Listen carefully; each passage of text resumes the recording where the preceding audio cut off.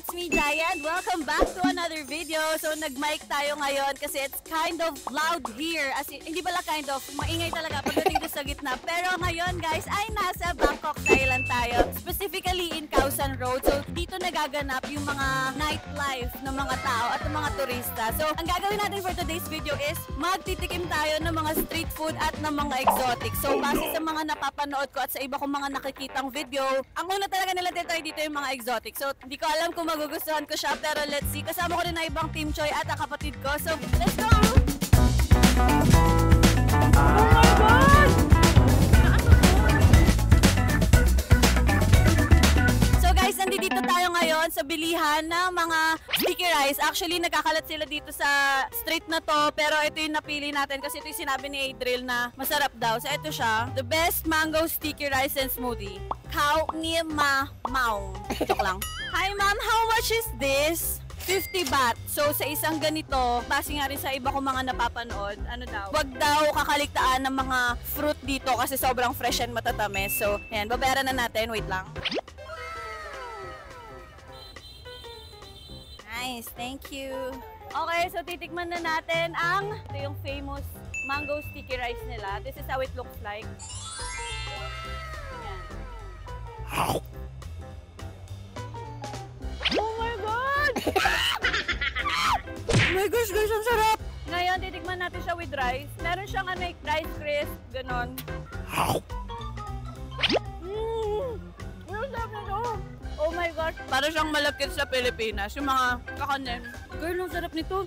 Alam mo yung itsura niya, mukha siyang maasim. Kasi hindi siya ganon ka-orange, ka-yellowy. Baka mag-uwi ako nito sa Airbnb.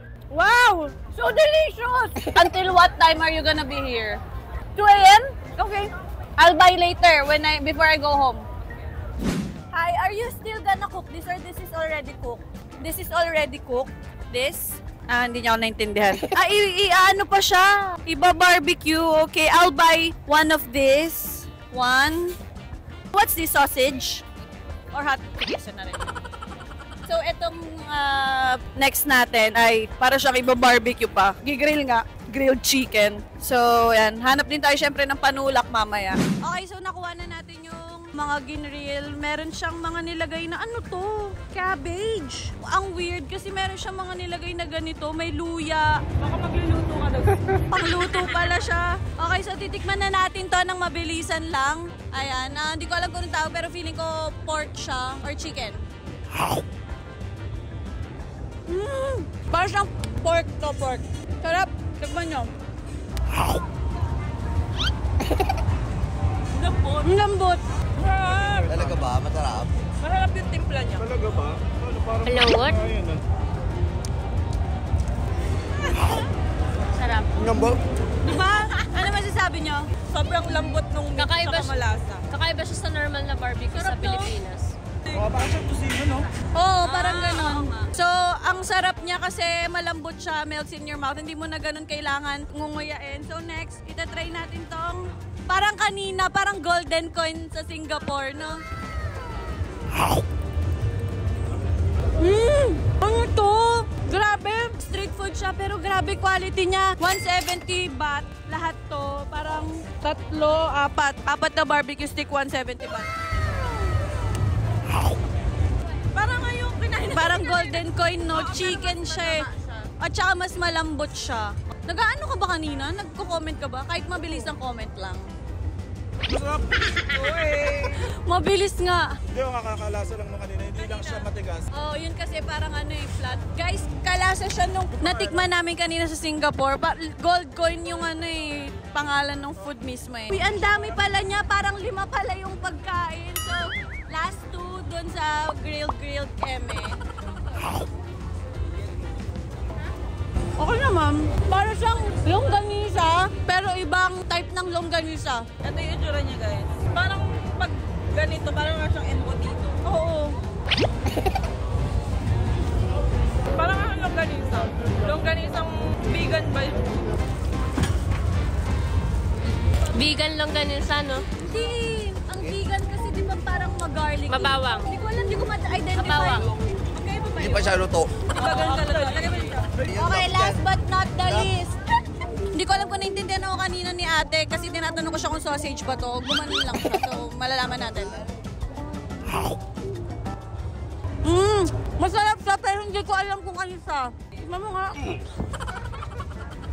Hindi ko maintindihan eh, pero masarap siya. Parang plastic lang yata to. What is that? Di ba yun parang yung noodles? Parang ang noodles. Teklang vlog to guys, napakagulo ng vlog na to. Di ba hindi mo maintindihan? Yung text niya parang sa may mango sticky rice na kanin. Kung hindi lutong luto, ganun. So, mangarap naman ka.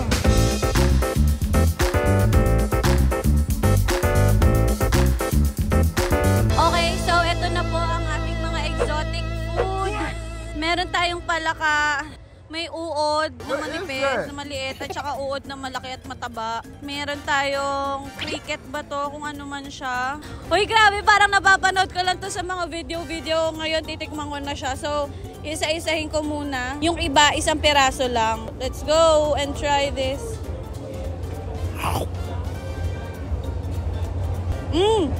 Sarap yun. Lasa siya yung mga isda na ano, na piniprito, tapos pinampupulutan. Tikman natin to. Parang halos same-same lang sila. Eto putek.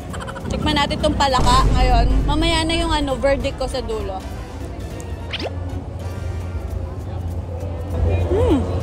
Ito yung sinabi ko na hindi ko kayang kainin. Pero mukhang wala na siyang laman sa loob. Puro ano na lang. Crispy na lang. Masarap siya. Lasa siyang parang mga chicharon. So yes for me. Guys, it's your turn. Ang sarap. Ang hindi mag-try may iwan sa Thailand. Sarap. Lasang tiyo. Lasang ano? Tuyo. Tuyo. Lasang tuyo daw. I like it. Ito yan yung kanina. Yung mataba na uod. Ang sarap, diba? Sarap. It's a yes for me. Be, tumikim ka talaga. Wala naman bago. Anong masasabi mo? Maharap lasang ano? Oo. Lasang tuyo. Siso. Ayan, so ating ito dry. Geo. Ano ko na lang. Geo. Ayan, sis. Ito actually, tagal ko na gustong Matikman. i-try. Girl! Masarap to may soju. Tsaka masarap. Siguro siya kapag may suka. Feeling ko. Oo, suka, yung kulang. Ano to? Cricket. Cricket? O parang bubuyog. Ganon. Okay. Bubuyog. Parang mas gusto ko to. Kasi Masarap yung bubuyog sa kanya. Okay guys, so tatry natin to. Malaking cricket. What?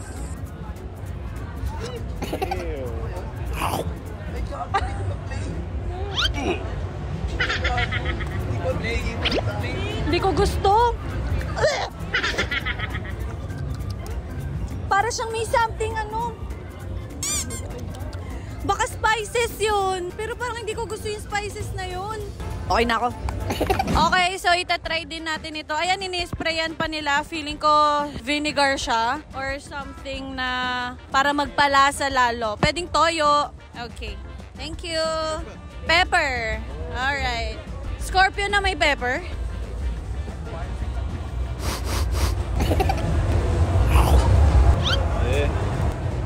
Tutusok ako, be. Yung natikman ko kanina, pepper yun. Kapares ng lasa nito eh. Okay naman siya, masarap, pero nakakatusok lang sa dila at saka sa mga ganto-ganto. Kaya pag kumakain kayo nito guys, ingat. Yun yung ang may papayo ko. Okay, so sponsored by Jim Morales. Meron tayong roti pancake for dessert. Let's try it and let's see kung ano lasa. Para siyang naka-shawarma wrap, guys. Tapos naging flat lang, tapos pinatungan ng flavor. Lasang banana. Sarap, mainit pa. Love it. Sarap nito. Naka-flat yung banana niya. Okay guys, so kung mapapansin nyo, ang gulo-gulo ng vlog na to. Pero sana magawa ng paraan ng aking editor. Kung makikita ninyo, hindi ko binibili lahat ng mga nakikita ko na sa part ng exotic. Kasi medyo mahal siya. And marami naman na ako natikman, so I think okay na yon. Hindi ko alam kung meron pa tayong makikita, pero try natin maghanap. At syempre, ang last natin na titikman ay hahanap ako ng panulak para yun na yung ending itong vlog na to. See you again. Ay, see you again. See you later. Wait lang. BRB.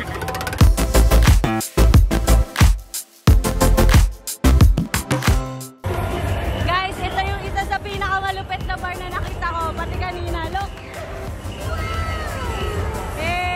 Alam nyo kung anong naiisip ko? Paano nakakatulog yung mga naka-room sa mga hotel dito? Kasi sobrang ingay talaga, as in, halo-halo. Mamaya sabihin ko sa inyo. Sana maalala ko yung sasabihin ko.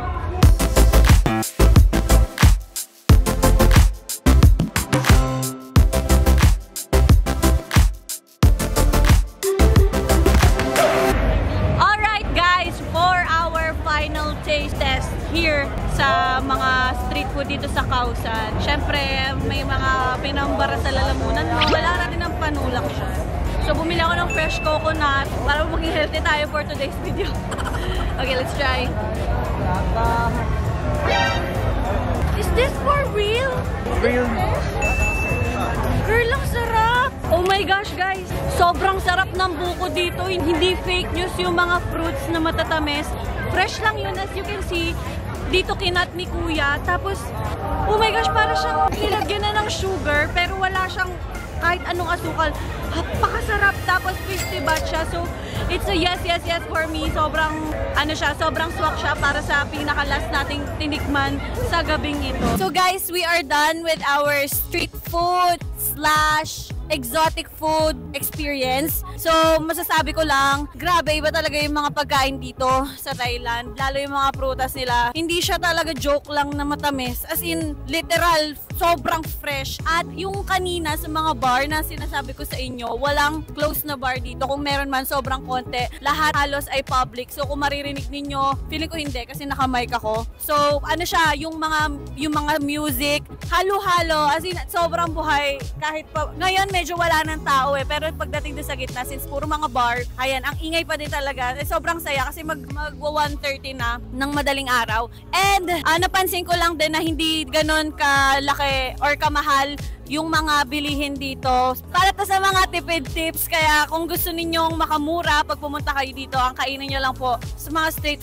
food, sobrang mabubusog na kayo. And ayun guys, I guess ito na po tatapusin ang video na to. Thank you very much for watching. I hope you enjoyed, and if you did, please like and subscribe, and I'll see you on my next vlog. Bye!